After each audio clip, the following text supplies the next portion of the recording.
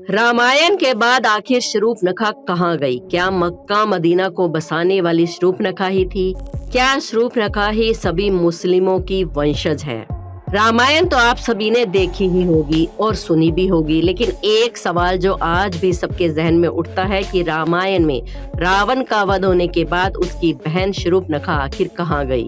आज की इस खास वीडियो में हम इसी बात से पर्दा उठाएंगे, तो बने रहिए वीडियो के अंत तक हमारे साथ। लेकिन अगर अभी तक आपने हमारे चैनल अनोखी दुनिया को सब्सक्राइब नहीं किया है तो जल्दी से कर लीजिए और बेल आइकन को प्रेस करना बिल्कुल ना भूलें।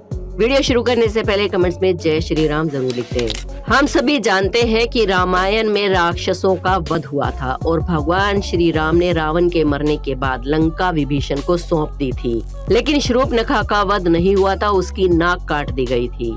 उसके बाद वो कहाँ गई, इसका जिक्र रामायण में कहीं नहीं मिलता। ये तो हम सभी जानते ही हैं कि शूर्पणखा श्री राम के रूप से मोहित हो गई थी और उनके पास जाकर कहती है कि मैं आपसे प्रेम करती हूँ, आप मुझसे विवाह कर लो। लेकिन श्री राम मना कर देते हैं क्योंकि उन्होंने पहले ही सीता माता से विवाह कर रखा था और उन्होंने एक पत्नी व्रत ले रखा था। ऐसे में वो लक्ष्मण जी की तरफ इशारा करते हुए कहते हैं कि आप मेरे छोटे भाई से पूछ सकती हैं। लेकिन लक्ष्मण जी भी शूर्पणखा को मना कर देते हैं। शूर्पणखा वापस श्री राम के पास जाती है और उसके बाद सीता माता के खिलाफ कटु वचन बोलती है और उनको मारने के लिए उनकी तरफ झपटती है। इतने में लक्ष्मण जी बीच में आ जाते हैं और वो शूर्पणखा की नाक काट देते हैं। इसी आक्रोश में आकर वो रावण के पास जाती है और सारा वाकया बयां करती है। लेकिन इसके बाद रामायण में एक बार भी शूर्पणखा का जिक्र नहीं किया गया। आखिर वो इसके बाद कहाँ गई? अभी फिलहाल में एक एनिमेटेड मूवी या फिर यूं कहें कि web series legend of Hanuman आपने डिज्नी हॉटस्टार पर देखी होगी। उसमें शूर्पणखा का जिक्र किया गया है, जहां कहा गया है कि प्रकृति माता ने उसे बंदी बना लिया था। लेकिन ये सरासर गलत है। कहा जाता है कि नाक कटने के बाद शूर्पणखा हर किसी से अपना चेहरा छुपाने लगी और वो एक गुफा में जाकर रहने लगी। उसके सारे भाई धीरे धीरे करके भगवान श्री राम के हाथों मारे जा रहे थे। ऐसे में वो अपना बचाव करती हुई दैत्य गुरु शुक्राचार्य के पास गई और जंगल में उनके आश्रम में रहने लगी। आपको बता दें कि शुक्राचार्य, जिन्हें असुराचार्य भी कहा जाता है, भृगु ऋषि और दिव्या के पुत्र हैं। पुराणों के अनुसार ये असुरों, दैत्यों, दानव और राक्षस के गुरु तथा पुरोहित थे। राक्षसों का वंश समाप्त न हो, इसके लिए शूर्पणखा ने शुक्राचार्य जी से प्रार्थना की। इसके लिए शुक्राचार्य जी ने शिव जी की आराधना की और उनकी तपस्या से प्रसन्न होकर भगवान शिव ने शुक्राचार्य को अपना स्वरूप यानी कि शिवलिंग दिया और उनसे कहा कि जिस दिन कोई वैष्णव यानी कि विष्णु भगवान की पूजा करने वाले ने गलती से भी इस शिवलिंग पर गंगा जल चढ़ा दिया तो राक्षसों का सर्वनाश हो जाएगा। उस शिवलिंग को शुक्राचार्य जी ने वैष्णव अर्थात हिंदुओं से दूर रेगिस्तान में स्थापित किया। जी हाँ, वो इसीलिए इतनी दूर रेगिस्तान में ले जाकर उन्होंने स्थापित किया ताकि वहाँ कोई इंसान पहुँच ना सके। आजकल उस जगह को मक्का मदीना कहा जाता है। आपने बहुत बार सुना होगा कि मक्केश्वर महादेव शिव मंदिर जो पूर्व काल में बनाया गया था, वो दरअसल वही शिवलिंग है जो शिव जी ने दैत्य गुरु शुक्राचार्य को दिया था। शिवलिंग के बचाव का कार्य किसी और को नहीं बल्कि शूर्पणखा को ही दिया गया था। शूर्पणखा अपना चेहरा हमेशा ढक कर रखती थी यानी कि छिपा कर रखती थी और उसके वंशज आज भी उसकी परंपरा को निभा रहे हैं। इसीलिए आज भी आपने देखा होगा मुस्लिम महिलाएं बुर्के में अपने चेहरे को छिपाती हैं। इसके पीछे भी यही कारण है। दोस्तों, मक्का मदीना में जो मक्केश्वर मंदिर का शिवलिंग रखा हुआ है, उसके बचाव के लिए शूर्पणखा ने वहीं पर रहना शुरू कर दिया। इसीलिए वहां पर हिंदुओं का जाना वर्जित कहा जाता है। साथ ही धीरे धीरे शूर्पणखा ने कई सारी परंपराओं का निर्माण भी किया, जिनमें से एक है बुर्का पहनना, क्योंकि शूर्पणखा ने ही सबसे पहले इसकी शुरुआत की थी। शूर्पणखा सिर्फ और सिर्फ अपनी आंखें ही दिखाती थी।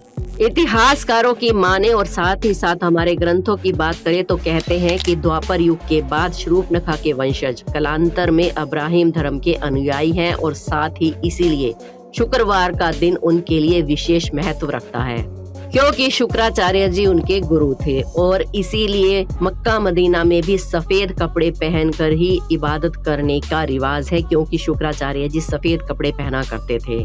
दोस्तों, इस विषय पर आपका क्या मानना है, हमें कमेंट्स में जरूर बताएं। क्या आपको भी लगता है कि अरब देश में जो मक्का मदीना है वही मक्केश्वर महादेव शिवलिंग भी है? जहां पर किसी भी हिंदू धर्म के लोगों का जाना वर्जित है। आपके क्या विचार हैं, हमें कमेंट्स में जरूर बताएं। इन बातों में कितनी सच्चाई है ये तो हम नहीं जानते, पर इससे रिलेटेड जो बातें सामने निकल कर आई हैं उन पर एक नजर डालना जरूरी है। तो चलिए जानते हैं कुछ ऐसी बातें जो प्रूव करती हैं कि मक्का में सचमुच शिवजी विराजमान है, क्योंकि इन बातों को नजरअंदाज नहीं किया जा सकता। इतिहासकार P.N. ओक ने अपनी पुस्तक वैदिक विश्व राष्ट्र का इतिहास में बहुत विस्तार से लिखा है। इस पुस्तक के अनुसार मुस्लिम लोग काबा में जिस पत्थर को चूमते हैं वो शिवलिंग ही है। इसके अलावा प्रथम शताब्दी के आरंभ में रोमन इतिहासकार थॉर्न मैनसन ने ये लिखा कि इस देश में एक मंदिर है जो अरब वासियों के लिए अत्यंत पूजनीय है। इस बात से वो बताना चाहते हैं कि भगवान शिव का काबा से कोई ना कोई प्राचीन जुड़ाव जरूर है। पंडित विकांतेश द्वारा लिखित ग्रंथ अवतार चरित्र के युद्ध कांड प्रकरण में भी मक्केश्वर शिवलिंग का उल्लेख किया गया है। इसमें भी स्पष्ट होता है कि मक्केश्वर शिवलिंग स्पष्ट रूप से कहीं ना कहीं अवश्य मौजूद है, लेकिन कहीं भी इस विषय में इसका कोई जिक्र नहीं है। इसमें वर्णित एक कथा के अनुसार लंका के राजा रावण, जो कि बहुत ही बड़ा शिव भगत था, उसने अमर होने के लिए वरदान स्वरूप शिवजी से एक बड़ा सा शिवलिंग प्राप्त किया था, जिसे लेकर वो लंका जा रहा था और शिवलिंग काफी भारी था। इसलिए रास्ते में उसने सोचा थोड़ा विश्राम कर लूं और उसने शिवलिंग को जमीन पर रख दिया। विश्राम करने के बाद जब रावण ने शिवलिंग को उठाने की कोशिश की तो वो शिवलिंग को नहीं उठा पाया। कहा जाता है कि वो जगह मक्का ही थी जहां रावण ने शिवलिंग रखा था। दोस्तों, हम देखते हैं कि जहां जहां शिवलिंग स्थापित होता है वहां कोई ना कोई जलाशय अवश्य मौजूद होता है, और मक्का में भी काबा के पास एक पवित्र कुआं है। हज करने गए मुस्लिम लोग इस जल को गंगा जल की तरह पवित्र मानते हैं और अपने साथ भी लेकर आते हैं। इसे मुस्लिम लोग जमजम का पानी के नाम से पुकारते हैं। मक्का में शिवलिंग है या नहीं ये तो स्पष्ट रूप से हम नहीं कह सकते, लेकिन इस्लाम के धार्मिक चिन्ह, परंपराएं, रीति रिवाज और व्यवहार से ये अवश्य साबित हो जाता है कि कहीं न कहीं मुसलमान वैदिक संस्कृति से जुड़े हुए हैं। और मक्का में गैर मुसलमानों के प्रवेश पर पाबंदी से ये साबित हो जाता है कि कोई ना कोई डर मुसलमानों को जरूर है, क्योंकि पूरी दुनिया में ऐसा कोई धर्म स्थल नहीं है, चाहे वो चर्च हो, मंदिर हो या गुरुद्वारा हो, कहीं भी किसी के प्रवेश पर कोई पाबंदी नहीं है। दोस्तों, क्या आपके दिमाग में कभी ये सवाल आया है कि मक्का के ऊपर काले रंग के कपड़े को ही क्यों रखा जाता है? तो चलिए आज इस बारे में भी जानते हैं। शूर्पणखा रामायण काल और उसके बाद अपने मुंह को काले रंग के कपड़े से ढका करती थी, इसीलिए आज भी मुस्लिम महिलाएं काले रंग के बुर्के को ही पहनती हैं। असल में ये काले रंग का कपड़ा शूर्पणखा की ही देन है, इसीलिए काबा पर भी काले रंग के कपड़े को ही ढका जाता है। दोस्तों, इस वीडियो को बनाने का हमारा मकसद किसी की भावनाओं को या धर्म को ठेस पहुंचाने का नहीं है। हम तो सिर्फ इतिहासकारों के और ग्रंथों के आधार पर जो निकल कर सामने आया है वही आपके सामने रखते हैं। अब इसमें कितनी सच्चाई है या नहीं है ये आप खुद फैसला कीजिए। अपने विचार हमें कमेंट्स में जरूर बताएं। हमारे चैनल अनोखी दुनिया को सब्सक्राइब करके बेल आइकन को प्रेस करना बिल्कुल ना भूलें। वीडियो को एक लाइक जरूर करें। मिलते हैं एक और वीडियो में। हर हर महादेव।